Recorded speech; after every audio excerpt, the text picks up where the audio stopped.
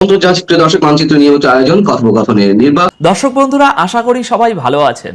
চলুন আর সময় নষ্ট না করে সবার আগে এক নজরে দেখে নেওয়া যাক আজকের সবচেয়ে বড় এবং সবচেয়ে গুরুত্বপূর্ণ হেডলাইনগুলো।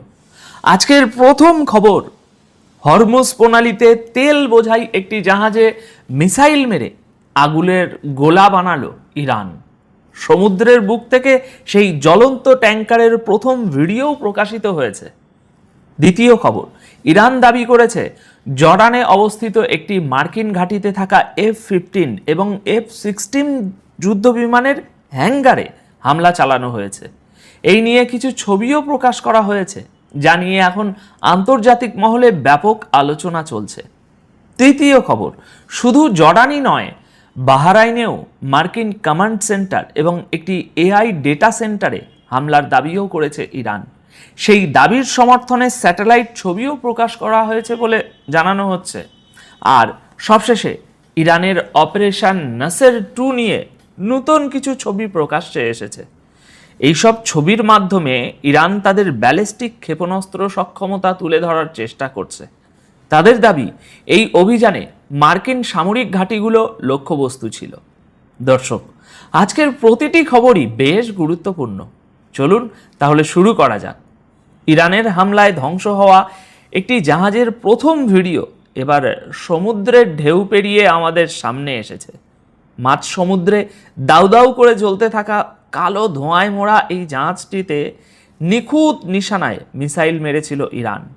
হামলাটি ঘটেছে গতকাল 20 জুলাই গভীর রাতে, আর আজ সকাল নাগাদ ইরানের চ্যানেল প্রেস টিভি এর ভিডিও প্রকাশ করে দিয়েছে।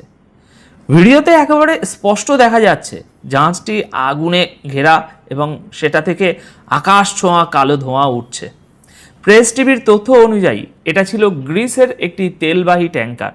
ইরান আগেই কড়া সতর্কবার্তা দিয়ে হরমুজ প্রণালীর ওই রুটটিকে বিপজ্জনক ঘোষণা করেছিল এবং সেখান দিয়ে জাহাজ চলাচলে কড়া নিষেধাজ্ঞা জারি করেছিল। কিন্তু সমস্ত ওয়ার্নিং উড়িয়ে দিয়ে একটা হাতির মতো এই জাহাজটি সেই নিষিদ্ধ রাস্তা দিয়েই যাওয়ার চেষ্টা করে। আর ঠিক তখনই ইরান এর উপর মিসাইল হামলা চালায়। এর মানে বুঝছেন তো? হরমুজ প্রণালী এখন আর নিছক কোনো সমুদ্রপথ নেই। এটা এখন ইরান ও আমেরিকার সরাসরি সংঘাতের একটা জ্বলন্ত ময়দানে পরিণত হয়েছে।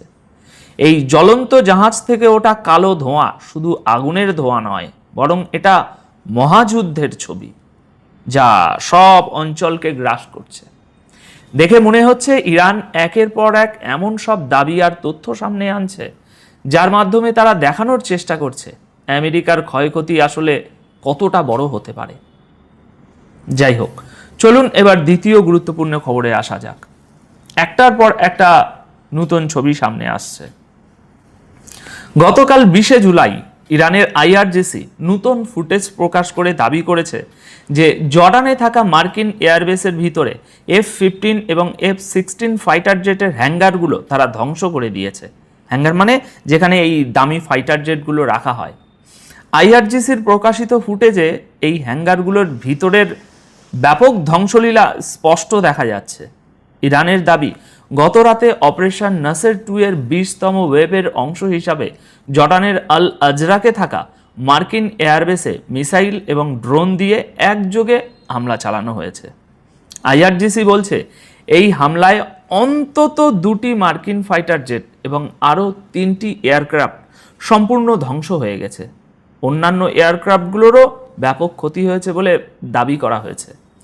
দর্শক বন্ধুরা, ইরানের এই দাবি যদি সত্যি প্রমাণিত হয়, তবে এর মানে দাঁড়ায় জর্ডানে থাকা মার্কিন এয়ারবেসগুলো এখন শুধু হামলার লক্ষ্যবস্তুই নয়, বরং আমেরিকার এয়ার পাওয়ারের উপর সরাসরি বড় আঘাত আনতে শুরু করেছে ইরান। হ্যাঙ্গারের ভিতরে আসলে কি ঘটেছে সেটা এবার আমেরিকাকেই খোলসা করতে হবে। দর্শক, ইরান আরও একটি ছবি প্রকাশ করেছে। জর্ডানের পর এবার ঘটনা বাহরাইনের। গতকাল 20 জুলাই ইরানের প্রকাশ করা একটি স্যাটেলাইট ছবির সাথে দাবি করা হয়েছে যে বাহরাইনে থাকা একটি বিদ্যুৎ কেন্দ্রে ব্যাপক ক্ষয়ক্ষতি হয়েছে। এই স্টেশনটি মার্কিন সেনাবাহিনী তাদের কমান্ড অ্যান্ড কন্ট্রোল সেন্টার হিসাবে ব্যবহার করছিল। ইরানি মিডিয়ার মতে ঠিক এই জায়গাতেই একটা আর্টিফিশিয়াল ইন্টেলিজেন্স ডেটা সেন্টারও ছিল, যা ইরানের পাল্টা হামলার শিকার হয়েছে। প্রকাশিত স্যাটেলাইট ছবিগুলোতে পাওয়ার স্টেশনের বেশ কয়েকটা অংশে ধ্বংসের একবারে স্পষ্ট ছাপ রয়েছে। এই দাবি সত্যি হলে বুঝতে হবে এটা শুধু কোনো ভবনের উপরে হামলা নয়, বরং আমেরিকার কমান্ড, কমিউনিকেশন এবং এআই ইনফ্রাস্ট্রাকচারকে সরাসরি একটা কড়া মেসেজ দেওয়া হয়েছে। অর্থাৎ যুদ্ধ এখন আর শুধু মিসাইলের মধ্যে সীমাবদ্ধ নেই, টেকনোলজি, কমান্ড সিস্টেম আর ডিজিটাল ইনফ্রাস্ট্রাকচারও এখন এই যুদ্ধের নিশানায়। এমনিতেও ইরান যা দাবি করে আর যেসব ছবি দেখায় 2-3 দিনের মধ্যে তার সত্যতা প্রমাণ হয়েই যায়। গতকাল 20 জুলাই রাতের আরও কিছু তাজা হামলার ছবি আমি আপনাদের একটু পরেই দেখাচ্ছি, তবে তার আগে আরও একটা খবর শুনুন। অপারেশন নাসের 2 এর অধীনে ইরান এবার তাদের মিসাইলগুলোর নতুন ছবি প্রকাশ করে দিয়েছে। গতকাল 20 জুলাই রাতে প্রকাশ করা এই ছবিগুলোর সাথে ইরানের দাবি অপারেশন নাসের 2 এর 21তম এবং 22তম তরঙ্গের সময় মার্কিন অবস্থানগুলোতে অত্যন্ত নিখুঁত এবং ট্যাকটিক্যাল হামলার জন্য তারা বেশ কয়েকটি অ্যাডভান্স ব্যালিস্টিক মিসাইল ব্যবহার করেছে। রাতের অন্ধকারের সেই হামলার ছবি এখন একেবারে প্রকাশ্যে এসে গিয়েছে। ইরানের মতে এই হামলায় খাইবার শোকেন, ফাতা 1100, জুলফিকার এবং লিকুইড ফুয়েল চালিত ইমাদ মিসাইল ছোড়া হয়েছে। ইরানের বক্তব্য, এই মিসাইলগুলো ওই অঞ্চলে থাকা মার্কিন ঘাঁটিগুলোকে নিশানা করেছে এবং পুরো অপারেশনটি একদম নিখুঁত প্ল্যানিংয়ের সাথে করা হয়েছে। এই ছবিগুলোর মাধ্যমে ইরান শুধু তাদের মিসাইলই দেখাচ্ছে না দর্শক বন্ধুরা, বরং আমেরিকাকে এই বার্তাও দিচ্ছে যে তাদের মিসাইলের ভান্ডার এখনো ফুরায়নি আর তাদের আঘাত আনার ক্ষমতাও পুরোপুরি জ্যান্ত। কারণ ডোনাল্ড ট্রাম্প বারবার দাবি করেছিলেন যে ইরানের কাছে আর কিচ্ছু অবশিষ্ট নেই, তাদের সব অস্ত্র ধ্বংস হয়ে গেছে।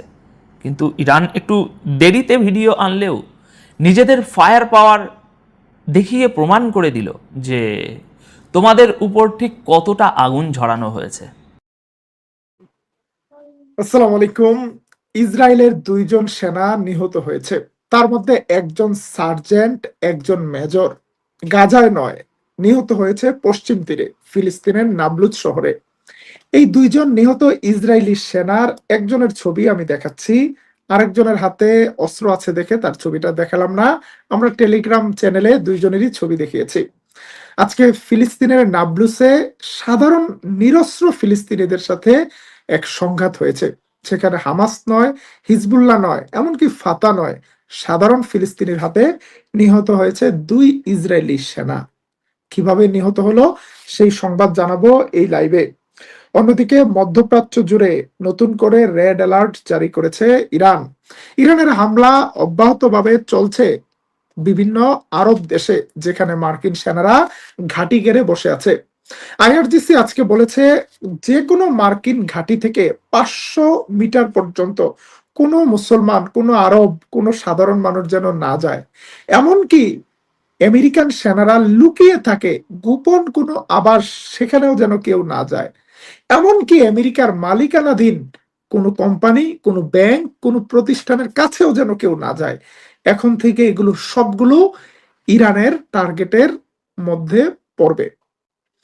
আমরা বাংলাদেশি যেই প্রবাসী ভাইয়েরা আছেন, মধ্যপ্রাচ্যের বিভিন্ন দেশে কাজ করছেন, মার্কিন মালিকানাধীন কিংবা মার্কিন ঘাঁটি থেকে নিরাপদ দূরত্বে থাকার আহ্বান জানাচ্ছি।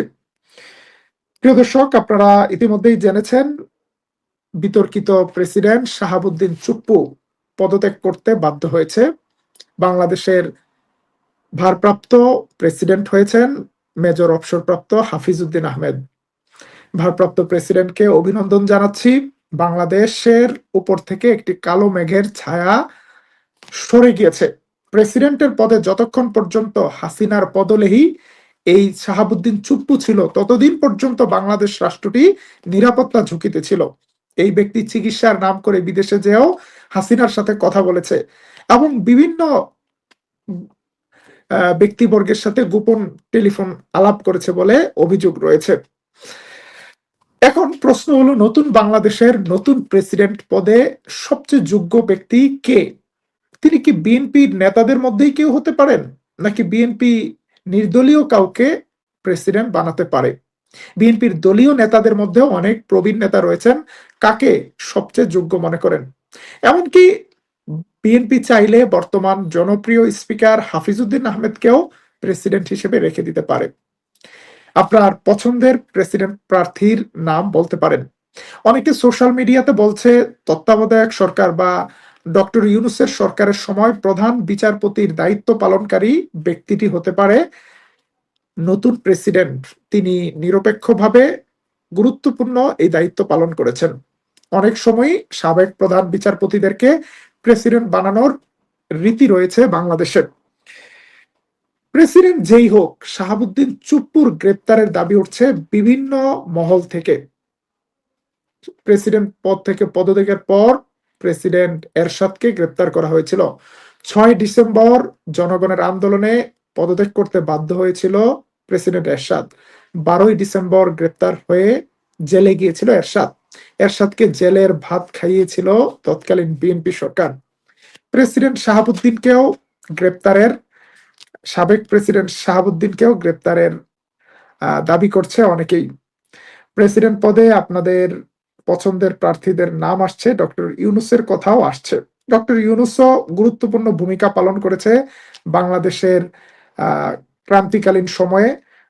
কর্নেল অলি আহমেদের নাম এসেছে। কর্নেল অলি আহমেদও বাংলাদেশের প্রবীণ জাতীয়তাবাদী নেতা, বিএনপির প্রতিষ্ঠাতাদের একজন এবং বিএনপির বেঁচে থাকা প্রবীণ নেতাদের একজন। যদিও এখন তিনি বিএনপির ব্যানারে রাজনীতি করেন না, কিন্তু তার আদর্শ কিংবা তার অনুকরণীয় ব্যক্তিত্ব এখনো প্রেসিডেন্ট জিয়াউর রহমান। আপনাদের মতামত জানাতে পারেন আমাদের কমেন্ট বক্সে। আমরা প্রথমেই আজকের ইসরায়েল এবং ফিলিস্তিন সংঘাতের সংবাদটি দিয়ে শুরু করছি। ফিলিস্তিনের নাবলুস শহরের একটি আবাসিক এলাকায় বেশ কিছু ইসরায়েলি সেটেলার অস্ত্র সহ সেখানে হামলা চালায়। ফিলিস্তিনিদের বাড়িঘর দখল করার চেষ্টা করে, দুটি বাড়িতে গোলাগুলি করে বাড়িগুলো দখল করার চেষ্টা করে।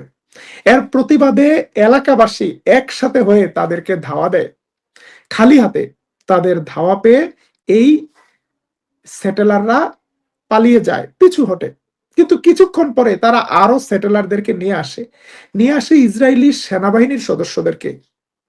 আপনারা জানবেন যে নরেন্দ্র মোদী ভারতে হিন্দুদের হাতে অস্ত্র দিচ্ছে কাশ্মীরের মুসলমানদেরকে দমন করার জন্য। একইভাবে ইসরায়েলের বর্তমান সরকার এবং এই সরকারের মন্ত্রী বেন গাভির সাধারণ ইসরায়েলি নাগরিকদের হাতেও অস্ত্র তুলে দিচ্ছে। এই সেটেলাররা যে কোনো সময় হামলা করছে ফিলিস্তিনিদের বাড়িঘরে অস্ত্র সহ। এইরকম একটি ঘটনা ঘটেছে ফিলিস্তিনের নাবলুসে, এবং ফিলিস্তিনিদের হাতে ধাওয়ার শিকার হয়ে তারা আরো ইসরায়েলি এবং ইসরায়েলি আর্মি নিয়ে ঝাঁপিয়ে পড়েছে ফিলিস্তিনিদের উপর।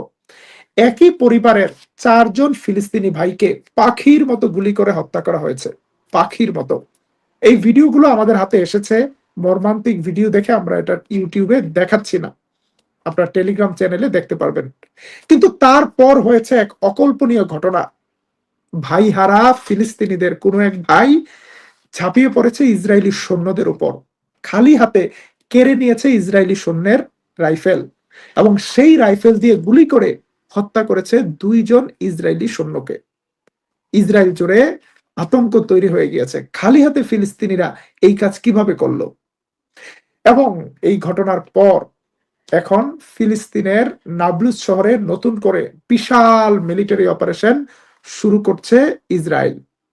এতদিন গাজায়, পশ্চিম তীরের অন্যান্য শহরে যত কিছুই করেছে, এবার যেন অন্ধকার রাত নেমে আসছে ফিলিস্তিনের নাবলুস শহরে।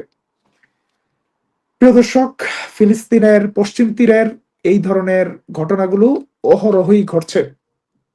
পশ্চিম তীর অনেক জায়গা বিরান করে ফেলেছে ইসরায়েলি বাহিনী।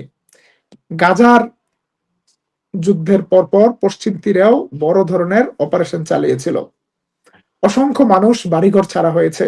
এই বিষয়গুলো নিয়ে ইউরোপিয়ান পার্লামেন্টে মাঝে মাঝে নিন্দা প্রস্তাব হয়, মাঝে মাঝে লোক দেখানো কিছু নিষেধাজ্ঞা দেয়, কিন্তু যতক্ষণ পর্যন্ত নতুন কোনো শক্তি ফিলিস্তিনের শান্তি প্রতিষ্ঠার ব্যাপারে বড় পদক্ষেপ না নেয়, ততক্ষণ পর্যন্ত ফিলিস্তিনিদের, মজলুম ফিলিস্তিনিদের দুঃখ দুর্দশা দেখার আর কেউ নেই।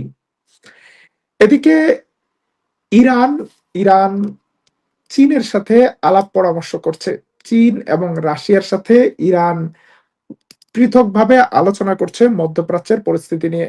ইরানের পররাষ্ট্রমন্ত্রী, চাইনিজ ফরেন মিনিস্টার সহ চীনের উচ্চ পর্যায়ের একদল একদল ডিপ্লোমেটের সাথে কথা বলেছেন এবং আমেরিকার এই আগ্রাসন মোকাবেলায় কিভাবে কাজ করবেন সেটা নিয়ে তারা বিভিন্ন ধরনের কৌশল নির্ধারণে চীনের সহযোগিতা আশা করছেন। এদিকে আমাদের কাছে নতুন সংবাদ এসেছে। আমরা আজকে তুরস্কের রাজনীতি নিয়ে একটি গুরুত্বপূর্ণ সংবাদ আপনাদেরকে জানাবো।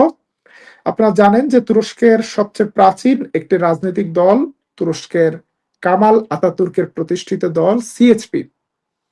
এই দলটি গণতন্ত্রের কথা বলে সুলতান আব্দুল হামিদকে ক্ষমতাচ্যুত করেছিল, সেকুলার তুর্কিশ রিপাবলিক তৈরি করেছিল, ইসলামী খিলাফতকে উচ্ছেদ করেছিল। তারপর গণতন্ত্রের দেখা পায়নি তুরস্কের মানুষ। যতদিন মোস্তফা কামাল আতাতুর্ক জীবিত ছিল, ততদিন প্রেসিডেন্ট পদে ক্ষমতায় ছিল। গণতন্ত্রের কথা বললেও আতাতুর্ক কিন্তু উসমানীদের রাজপ্রাসাদগুলোই দখল করে রাজপ্রাসাদে ছিল, মারাও গিয়েছে উসমানীদের রাজপ্রাসাদে। আতাতুর্কের মৃত্যুর পরও গণতন্ত্র ফিরেনি। অনেক আন্দোলন সংগ্রামের পর গণতন্ত্র ফিরেছিল। আবার দফায় দফায় সামরিক অভ্যুত্থান করে ক্ষমতায় ফিরেছে সিএইচপি, কয়েকবার তুরস্কের ক্ষমতায়। কিন্তু দীর্ঘদিন ধরে সিএইচপি তুরস্কের প্রধান বিরোধী দল ছিল। এবার সিএইচপি দলটি ভেঙে গিয়েছে। সিএইচপি দলটি ভেঙে দুই ভাগে ভাগ হয়ে গিয়েছে।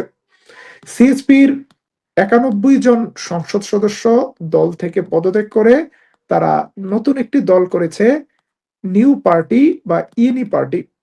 তুরস্কের রাজনীতিতে এটি একটি নতুন ঘটনা। এই ঘটনার কি ইম্প্যাক্ট পড়তে পারে সেই বিষয় নিয়ে কিছু গুরুত্বপূর্ণ সংবাদ দেব। এই ঘটনার মাধ্যমে সবচেয়ে বড় যে ঘটনাটি ঘটছে, তুরস্কের আতাতুর্কের পার্টি বিলীন হওয়ার পথে এগোচ্ছে। আমরা আপনাদেরকে নতুন পার্টির লোগোটাও একটু দেখাতে চাই। যারা তুরস্কের রাজনীতি সম্পর্কে ন্যূনতম খবর রাখেন তারা জানেন যে সিএইচপি আতাতুর্কের দল, তুরস্কের প্রধান বিরোধী দল। কিন্তু এখন থেকে তুরস্কের প্রধান বিরোধী দল নতুন পার্টি, ইয়েনি পার্টি। তুরস্কের সংসদে সিএইচপির 135টি আসন ছিল। সেই 135টি আসনের মধ্যে 91 জন এমপি সিএইচপি থেকে পদত্যাগ করে তারা এই নতুন দলে যুক্ত হয়েছে, যে কারণে এই নতুন দলটি এখন থেকে তুরস্কের প্রধান বিরোধী দল। এবং এই প্রধান বিরোধী দলের নেতা সিএইচপির সাবেক প্রধান উজগুর উজাল।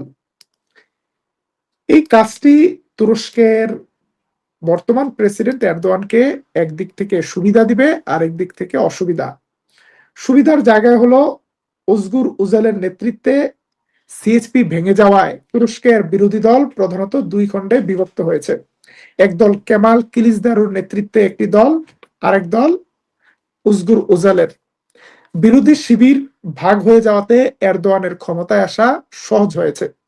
আবার নতুন দল আজকেই তৈরি হয়েছে। আজকে সেই নতুন দলের প্রধান উজগুর উজেল আঙ্কারার একটি মসজিদে জুমার নামাজের মাধ্যমে তার দলীয় কার্যক্রম শুরু করেছে। অর্থাৎ সিএইচপি যতটা ইসলাম বিদ্বেষী বা সেকুলার দল হিসেবে নিজেকে দেখায়, এরা নিজেদেরকে কিছুটা সেন্টার লেফট মধ্যপন্থী দল হিসেবে দেখানোর চেষ্টা করবে। এরদোয়ান বিরোধী ভোটগুলোকে টানার চেষ্টা করবে এবং বিভিন্ন জনমত জরিপে দেখা যাচ্ছে নতুন এই দলটি 30% ভোট টানতে পারে। যদিও নতুন বোতলে পুরনো মদ বলে অনেকেই বলছেন। মজার ব্যাপার, তুরস্কে একটা মদের ব্র্যান্ড ছিল আতাতুর্কের তৈরি করা, নাম ছিল ইয়েনি রাখি। এখন এই নতুন দল ইয়েনি পার্টিকেও মানুষ বলছে ইয়েনি রাখি, কারণ এই দলের যারা এমপি তারা সবাই সিএইচপির। তাদের খাসলত, তাদের আমলনামা সবকিছু আগের মতো রয়েছে, যদিও তারা নতুন ব্র্যান্ডে ফিরে আসার চেষ্টা করছে। কিন্তু তুরস্কের কনজারভেটিভ ভোটাররা কিভাবে তাদেরকে নেয় সেটা দেখতে হলে আগামী দিনের ইলেকশন পর্যন্ত অপেক্ষা করতে হবে। 2028 সালে তুরস্কের পরবর্তী ইলেকশন হওয়ার কথা রয়েছে, তবে হয়তো প্রেসিডেন্ট এরদোয়ান আগামী ইলেকশন দিতে পারে, তাহলে তিনি আরো একবার প্রেসিডেন্ট হিসেবে ইলেকশন করতে পারবেন। তুরস্কের প্রেসিডেন্ট কে হয় সেটা আমরা পরে দেখব। বাংলাদেশের প্রেসিডেন্ট হিসেবে আপনারা কাকে পছন্দ করেন কমেন্টে জানাতে পারেন। আমাদের একজন দর্শক মাহমুদুর রহমানকে প্রেসিডেন্ট হিসেবে দেখতে চান। মাহমুদুর রহমান দীর্ঘ সময় জাতীয়তাবাদী রাজনীতি করেছেন। তিনি বিএনপি সরকারের সময় এখন যে বিডার চেয়ারম্যান অর্থাৎ ইনভেস্টমেন্ট কর্পোরেশনের প্রধান ছিলেন এবং সফলভাবে দায়িত্ব পালন করেছেন। বাংলাদেশের অত্যন্ত সৎ, জাতীয়তাবাদী, বাংলাদেশপন্থী একজন মানুষ, যিনি বিএনপি এবং জামাত উভয় শিবিরের কাছেই জনপ্রিয়। আপনাদের বেশ কিছু প্রশ্ন পাচ্ছি, সেই প্রশ্নের উত্তর দেওয়ার চেষ্টা করব। একজন ডাক্তার শফিকুর রহমানকে রাষ্ট্রপতি চেয়েছেন। এটা কখনো হয় না যে সরকার গঠন করে এক দল আর বিরোধী দল থেকে কাউকে প্রেসিডেন্ট করে।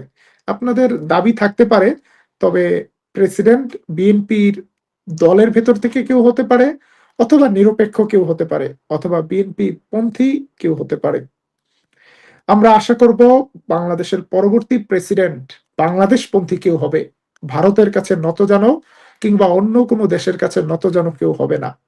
বাংলাদেশের প্রেসিডেন্টের হাতে অনেক বেশি পাওয়ার নেই, কিন্তু প্রেসিডেন্ট সাংবিধানিকভাবে বাংলাদেশ রাষ্ট্রের সর্বোচ্চ আসনে আসীন একজন ব্যক্তি এবং তার হাতে বাংলাদেশের 3 বাহিনীর গুরুত্বপূর্ণ শক্তিগুলো থাকে। সব বাহিনীকে তিনি তত্ত্বাবধান করেন। সুতরাং এই পদটি গুরুত্বপূর্ণ। বাংলাদেশের প্রেসিডেন্ট হিসেবে বাংলাদেশের মেজরিটি মানুষের ধর্মীয় বিশ্বাস, বাংলাদেশের জন আকাঙ্ক্ষার দিকে বাংলাদেশের নতুন প্রেসিডেন্ট নজর রাখবেন বলেই আমাদের বিশ্বাস।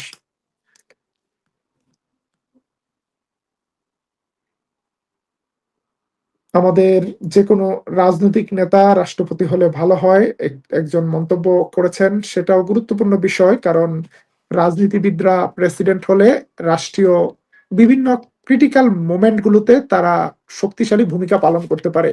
বিএনপি প্রফেসর ইয়াজউদ্দিন আহমেদ নামক একজন ঢাকা বিশ্ববিদ্যালয়ের প্রফেসরকে প্রেসিডেন্ট বানিয়েছিল, কিন্তু খালেদা জিয়ার ক্ষমতা ত্যাগ করার পর সেনাবাহিনী প্রধান মঈনুল আহমেদের চাপ সহ্য করতে পারেনি ইয়াজউদ্দিন, যাকে পরবর্তীতে ইয়াসউদ্দিন বলা হয়েছিল। ইয়াজউদ্দিন রাজনৈতিক নেতা না হওয়ার কারণে রাজনৈতিক সংকট সমাধানে বা প্রেসার নিতে পারেনি। তিনি মঈনুদ্দিন ফখরুদ্দিন সরকারকে অনেক সুবিধা দিয়েছিলেন। আমরা আপনাদের কাছ থেকে অনেক প্রেসিডেন্টের পরামর্শ পাচ্ছি। নাসিমুল গনির কথা আসছে, আমি অবাক হলাম। উইকিপিডিয়াতে অলরেডি লেখা হয়ে গিয়েছে যে নেক্সট প্রেসিডেন্ট হচ্ছেন নাসিমুল গনি। কিভাবে, কোন যোগ্যতায় একজন আমলা প্রেসিডেন্ট হয়ে যান আমার জানা নেই। নাসিমুল গনি বিএনপি সরকার ক্ষমতা ত্যাগের পর আওয়ামী লীগ আমলে অনেক বছর ওএসডি ছিলেন এবং তত্ত্বাবধায়ক সরকারের সময় ওনাকে আবারও দায়িত্ব দেওয়া হয় গুরুত্বপূর্ণ, কিন্তু প্রেসিডেন্ট হওয়ার মতো যোগ্য ব্যক্তি উনি কিনা আমি শিওর না। প্রিয় দর্শক, আজকের এই লাইভটি আমরা আর বড় করব না। ভারতের খবর কি, আপনারা যারা দেখছেন নরেন্দ্র মোদীর কি অবস্থা কমেন্টে জানাবেন। আমরা যতটুকু জানতে পেরেছি, ভারতের আন্দোলন শুধু দিল্লি নয়, দিল্লি ছাড়িয়ে এখন আরো অনেকগুলো শহরে ছড়িয়ে পড়েছে। তার মধ্যে এই আন্দোলন পশ্চিমবঙ্গে চলে এসেছে। কলকাতার শিয়ালদহ স্টেশনের মধ্য থেকে বড় ধরনের মিছিল বের হয়েছে। ইন্টারেস্টিং বিষয়, সেই মিছিলে খুব ইন্টারেস্টিং কিছু স্লোগানও আসছে। আমরা আপনাদেরকে প্রথম পশ্চিমবঙ্গের মধ্যে অনুষ্ঠিত মোদি বিরোধী তীব্র আন্দোলনের একটি ভিডিও দেখাতে চাই।